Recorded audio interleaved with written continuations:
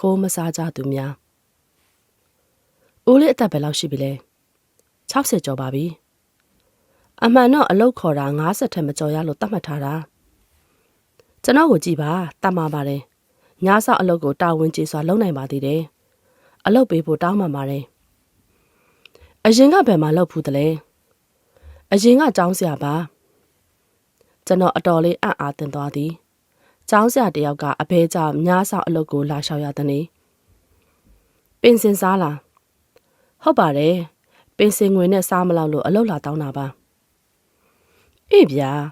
တတ်မှတ်ချက်နဲ့တော့မညစ်ဘူးဒါပေမဲ့ကျွန်တော်အလုပ်ခံလိုက်မယ်ကျွန်တော်တထေးကိုကြည့်ပြောထားလိုက်ပါမယ်ကျေးဇူးတင်ပါတယ်ဗျာကျွန်တော်ဒီတထေးအိမ်မှာလူယုံတယောက်ဖြစ်ပါသည်ကျွန်တော်တာဝန်မှာတထေးအလုပ်ယုံတွေမန်နေဂျာဖြစ်တော်လဲတထေးကကျွန်တော်ကိုလုပ်ငန်းအတော်များများတွင်ယုံကြည်စိတ်ချစွာဖြည့်လွှဲထားသည်ယခုလည်းခြံဆောက်ဦးမြတောင်ကွယ်လွန်သွားပြီဖြစ်သောကြောင့်သူ့နေရာတွင်အစားထိုးရန်ကျွန်တော်ကိုတာဝန်ပေးထားသဖြင့်ယုံကြည်စိတ်ချရသည့်လူတစ်ယောက်ကိုရှာနေစဉ်ဦးသားအောင်ကကျွန်တော်ထံအလုပ်လာလျှောက်သဖြင့်သူ့ကိုယုံကြည်စွာဖြင့်အလုပ်ပေးလိုက်သည်သူ့အသက်က60ကျော်နေပြီဖြစ်တော်လဲတာမာပြီးတွက်လက်သည့်အပြင်သူ့ကိုကျွန်တော်ထံလှုပ်လိုက်သည့်တငယ်ချင်းဖြစ်သူမျိုးနယ်ပညာရေးမှုကလည်းထောက်ခံလိုက်သောကြောင့်ခြံဆောက်အလုပ်ကိုခံလိုက်ခြင်းဖြစ်သည်ခြံဆောက်ကနေနဲ့ည2ယောက်ခွဲထားတယ်နေ့ဆိုင်ကမနေ့6နာရီကနေညနေ6နာရီအထိဦးလေးကည6နာရီကနေမနေ့6နာရီအထိလုံနိုင်ပါမလားဟုတ်ကဲ့လုံနိုင်ပါတယ်မနေ့ဆိုင်နဲ့ညဆိုင်တာဝန်လွှဲပြမှပြန်ရမယ်ဟုတ်ကဲ့ပါခင်ဗျာဒါဆိုဒီညနေပဲအလုပ်စဆင်းနိုင်မလားဆင်းနိုင်ပါတယ်ခြံဝါကအဆောင်တဲလေးရှိတယ်အဲ့ဒီအထဲမှာပဲနေရမယ်ကားရိလာရင်တကားအဖွင့်အပိတ်လုပ်ပေးရမယ်တစိမ့်ဆိုရင်အိမ်ထဲကိုလှမ်းပြီးအကြောင်းကြားရမယ်ဝင်ခွင့်ပြုမှတကားဖွင့်ပေးရမယ်ဟုတ်ကဲ့ပါတထေးကဝတ်စုံထုတ်ပေးထားတယ်အလုပ်ချိန်အတွင်းမှာယူနီဖောင်းနဲ့အမြဲနေရမယ်ဟုတ်ကဲ့ပါတညာလုံးအိတ်တာငိုက်တာမလုံးရဘူးနော်ခြံကိုလှည့်ပတ်ပြီးစစ်ဆေးတာတွေလုပ်ပေးရမယ်ဟုတ်ကဲ့ညနေလာရင်အချိန်တိကျရမယ်9နာရီခွဲကလေးကရှောင်းနေရမယ်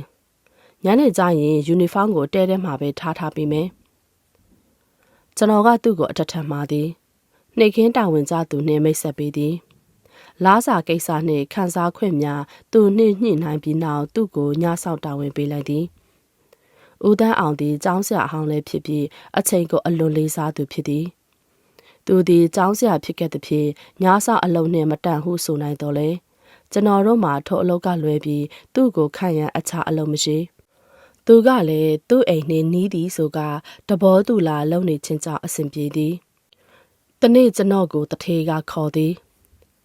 မောင်ကျော်မောင်မင်းကိုပြောစရာရှိတယ်ဟုတ်ကဲ့ပြောပါခင်ဗျာမင်းခံထားတဲ့ညဆောင်နဲ့ပတ်သက်ပြီးငါပြောစရာရှိတယ်ဟုတ်ကဲ့ပြောပါခင်ဗျငါတိတ်တဘောမတွေ့ဘူးဖြစ်နေတယ်ဘာတွေအမားလုံးလို့လဲခင်ဗျာမင်းညဆောင်ကစိတ်ချရတယ်ဆိုဟုတ်ကဲ့စိတ်ချရပါတယ်ကျွန်တော်တိတိကျကျစစ်ဆေးပြီးမှခန့်ထားတာပါအေးငါပြောချင်တာကတညငါအိတ်မပြောတာနဲ့ဝရဏကိုထွက်ပြီးထိုင်နေတယ်မင်းချန်ဆောင်ဘာလို့တလဲသိလားဟုတ်ကဲ့ပြောပါခင်ဗျာမိန်းမတယောက်ကိုသူ့အဆောင်တဲတဲ့ခေါ်တွင်းထားတာတွေ့ရတယ်ဟုတ်လားဒါတော့မဖြစ်သင့်ပါဘူးအေးအကျင့်စာရိတ္တမကောင်းရင်ငါလက်မခံဘူးဆိုတာမင်းလည်းသိပါတယ်အလုပ်ဖြုတ်လိုက်တော့ဟုတ်ကဲ့ပါခင်ဗျာကျွန်တော်မှာဦးသားအောင်ကိုဓာတ်ရိုက်မင်းရလဲအခက်တွေ့နေသည်ထို့ကြောင့်တညတွင်ကျွန်တော်သည်လမ်းထဲတနေရာ၌ကားရပ်ပြီးမီးတွေပိတ်ကားအခြေအနေကိုစောင့်ကြည့်နေသည်ည7 နာရီထိုးခါနေတွင်အမျိုးသမီးတစ်ယောက်သည်ပဝါလေးကိုခေါင်းပတ်ပြီးခြံနားကိုကလာသည်ကိုတွေ့လိုက်ရသည်ဒိုးလက်ထဲတွင်လည်းအထုပ်ထုပ်ပါသည်သူကခြံတကားရှိကိုရောက်သည့်အခါတွင်တကားကိုပုတ်လိုက်သည်ခြံထဲဝင်သည့်လူဝင်ပေါက်တကားလေးဟလာပြီးအမျိုးသမီးကခြံထဲကိုဝင်သွားသည်ကျွန်တော်လည်းမယုံကြည်နိုင်လောက်အောင်ဖြစ်နေမိသည်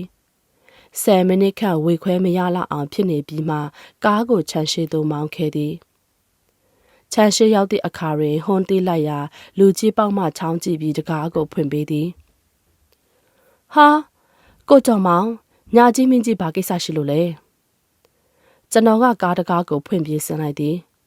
ကျွန်တော်ကားဟွန်းတန်ကြားသဖြင့်တိုက်အပေါ်ထမှမီးတွေလင်းလာသည်မကြာမီတထေးကလည်းအိမ်တကားဖွင့်ကားခြံထဲဆင်းလာသည်ဦးတန်းအောင်ခမည်းခြံထဲကိုအမျိုးသမီးတယောက်တွင်းလိုက်တယ်ဟုတ်တယ်မဟုတ်လားဟုတ်ပါတယ်ခမည်းဘဲသူလဲဘာကိစ္စကြောင့်အမျိုးသမီးတယောက်ကိုခေါ်ရတယ်လဲဦးတန်းအောင်ကမအေးရီထွက်ခဲ့ပါကွယ်ဟုပြောလိုက်သည်အဆောင်တဲထဲမှအမျိုးသမီးတယောက်ထွက်လာသည်ထိုစဉ်တထေးကလည်းကျွန်တော်တို့အနီးကိုရောက်လာသည်မောင်ကျော်မောင်တွေ့ပြီမဟုတ်လားဘဲနဲ့ကွယ်မိန်းမတယောက်ကိုဘာဖြစ်လို့အချိန်မတော်မှခြံထဲခေါ်တွင်းရတယ်လဲ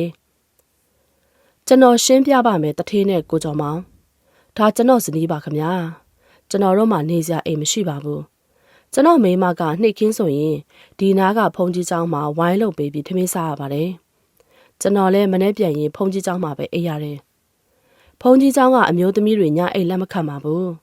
ဒါကြောင့်သူ့မှာညဆိုရင်အိတ်ဖို့ဒုက္ခရောက်ပါတယ်ဒါကြောင့်ကျွန်တော်ခေါ်ထားတာပါခမည်းကိုမေးတော့အိမ်ရှိတယ်ဆိုကျွန်တော်တို့မှအိမ်ရှိခဲ့ဖူးပါတယ်